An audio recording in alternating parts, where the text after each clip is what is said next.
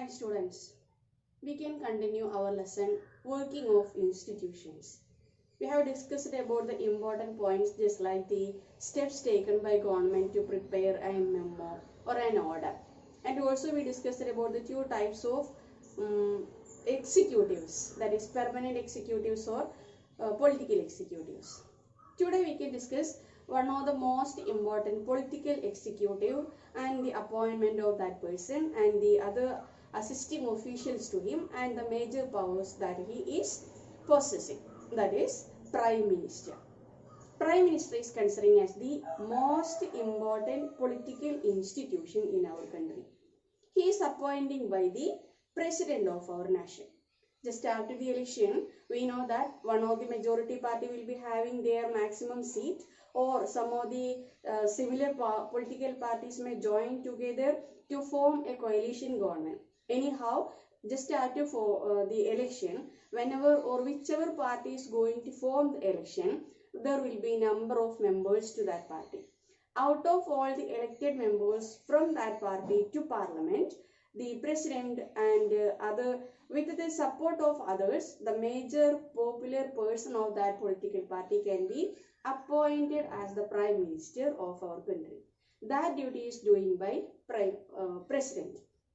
And that president will be in power as long as that particular party or that coalition is in majority in the Lok Sabha. Whenever the majority of that party is losing in Lok Sabha, the power or the position of that appointed Prime Minister also will lose. After getting appointed, Prime Minister have full freedom to choose ministers to different departments. And normally that ministers will be from the same political party to which the Prime Minister belongs to, and also the one having the majority in the Lok Sabha. All the ministers together is known as Council of Ministers. And this Council of Ministers may be ranking from 60 to 80 members. And all the ministers appointed by the Prime Minister also are not at all having the same position or rank in the power. The highest ranked ministers are known as cabinet ministers.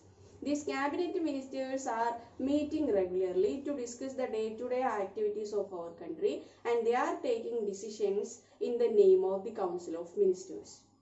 After the cabinet ministers, the next ranked ministers are ministers of state with independent positions. And they also are mainly supposed to have in charge of smaller ministries. And they also can attend the cabinet ministry whenever they are specially invited. And the state ministers are the another group of ministers in the Council of Ministers. They are also supposed to support the cabinet ministers wherever or whenever they are asked to do. So many such different types of ministers are there. Cabinet minister, ministers with the state, ministers of state with the independent positions, or another one state ministers. Three such different ranked ministers are there in our Indian Parliament. We know that it is not possible by all ministers together to sit every day regularly to take decisions for the nation. So almost important decisions are taken in the cabinet meeting. And for all these cabinet ministers, there will be secretaries. All that secretaries are civil servants, as we already discussed about the same. And what is the importance that even though the cabinet ministers have different opinions about different situations or different cases, they are not at all supposed to criticize the government openly in front of public. Because as it is a teamwork, they need to cooperate each other and also need to come in forward or to need to come forward as the owners of that decision taken by the cabinet meeting. And all these secretaries will assist or will provide whatever different informations or data for the minister to take a particular decision. So altogether, cabinet meeting is also, or in commonly it is also termed that as our government or our democratic government is a government of the representatives. Here mostly democratic parliament is also known as cabinet parliament, because majority of the decisions are taken by the cabinet without the presence of all the elected representatives, as it is not possible every day. So now let us discuss the important powers of Prime Minister. We know that if cabinet is the most important institution as political institution here, in cabinet, Prime Minister is the powerful person. He need to chair the cabinet meeting or need to preside over the cabinet meeting, need to supervise the all different ministries in India, and also need to take the final decision in case any different opinions comes, and all the other powers of ministers will be distributed or redistributed according to situations and emergencies. So overall, the whole administrative power of our government will be under his supervision. That's why presently the democratic parliament is also known as the prime ministerial parliamentary administration, because almost every major decisions are taking under his supervision and also have the final decision making capacity too. Even though such great powers are there with the Prime Minister, presently there is a possibility or a policy of having coalition governments most regularly. That means whenever a single party is unable to form a government with the proper majority, similar political parties will join together and will get their absolute majority and they will have their government. In such a situation, the Prime Minister of such a coalition government have many more limitations in his power, because if he is the Prime Minister for a political party, that means elected from a political party, his party members are enough to support him and also need to make policies or programs according to that political party mainly. But if it is a coalition government, what is the particularity is that he need to get the support of all those political parties together, then only he can continue in power.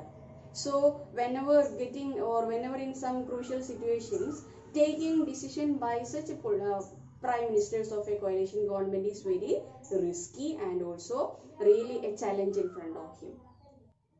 Let us talk about the powers of President of India. That is, he is considering as the first one among the equals. In India, all are equal, and the power or the position of president is a little bit higher than all other equal individuals or citizens of our country. And what is special is that his election is not directly from the side of people. There is an electoral college including the MPs or the elected members to parliament and the selected members from each legislative assemblies of state. These members, that is MPs and selected MLAs, together makes an electoral college and they select the president of our country. His power is really a nominal power alone. No much great positions or no much great powers or authority for him. And it is also comparing that the President of India having almost similar powers of the Queen of English or British country, because both of them have powers and also have a nominal position in the nation.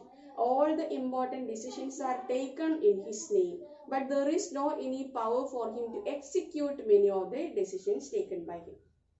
And also we can say that he is the head of the state, while the Prime Minister is the head of the government.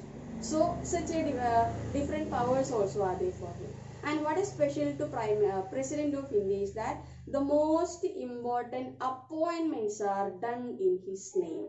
Let us make a list of such appointments doing by the President of our country. The appointments are, the first one is the Supreme Court Chief Justice, then the judges of courts, and also the judges of or the judges to high courts of each and every states. Then election commissioner, chief election commissioner will be appointed by the president. Then attorney general, then ambassadors to different countries, etc. also are appointing by the name of president itself. Governors to each states also are appointing by president, and he is also known as the commander of Indian Army, that is the defense force of our country. Such long numbers of powers are there, or such authority also is there by the president. But compared to Prime Minister, executing power is not with the president, and the final decision also will not be taken by the president. But all the new rules and regulations are to be signed by the name of the president. So many such comparisons are there, and also entirely different positions also are there handling by these two great personalities of our country.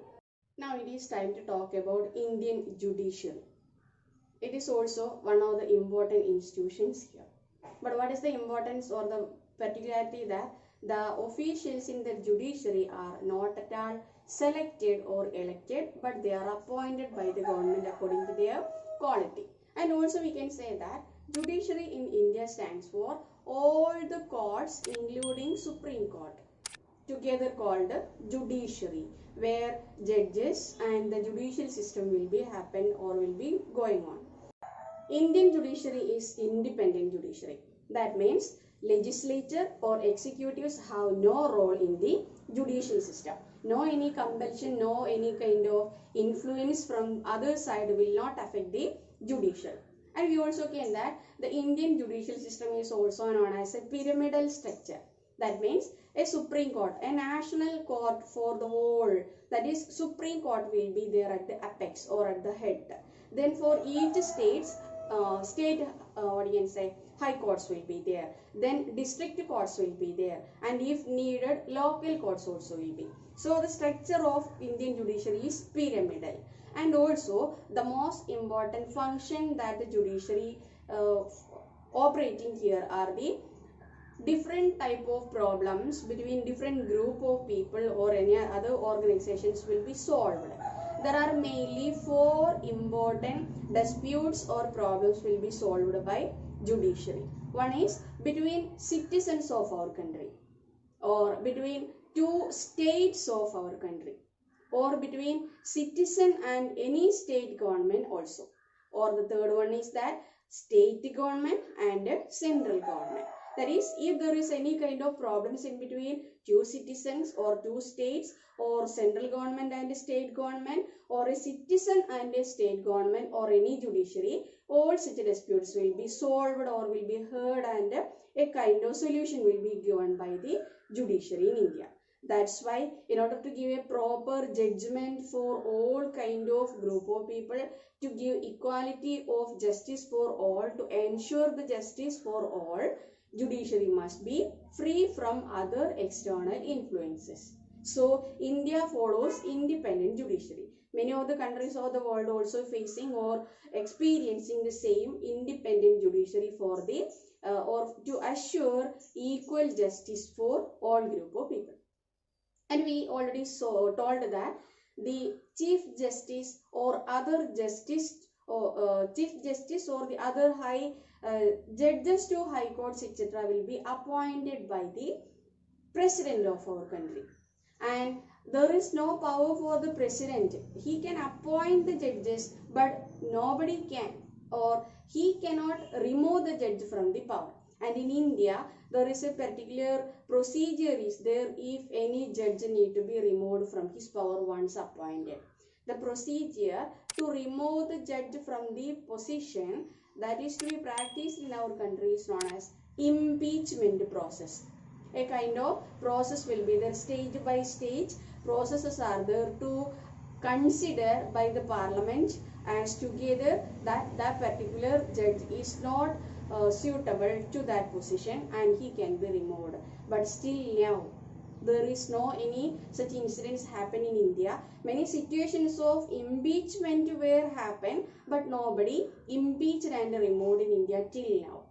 So we can hope that all the judges in our country, all the judiciary, independent judiciary in India also plays a great role to ensure justice, equality and all the freedom for our Indian citizens in every field. Compared to the 3 organs of government, that is executive, legislature and judiciary, judiciary possesses a little bit better or more positions or power than the other 2 organs. That means Supreme Court or High Courts have the power to interpret or to explain constitutional provisions according to situation. That is one of the extra power that is enjoying or possessing by the judiciary in India. And also we can say that constitution will be protected by the Supreme Court or Indian Judiciary. The protector of Constitution is Indian Judiciary. And the fundamental rights of Indian citizen also will be upheld by the Judiciary. So, by considering all these, from the other two important organs, Judiciary is a little bit more extreme powerful than the others. That makes our country with the extreme specific and also with a bold nature. And also we have to say one more thing, that Indian judiciary is one of the most powerful judicial system in the world. So from this chapter we have discussed all these things, just like the different work institutions that is working in India. How the parliament works, what are the functions of our president, whatever importance or significance are there for our Indian judiciary, how the each and every of the ministers are working, and what are the differences between the permanent or the political executives, etc. Hope you all understood all these portions very well. Study well. Thank you. Have a nice day.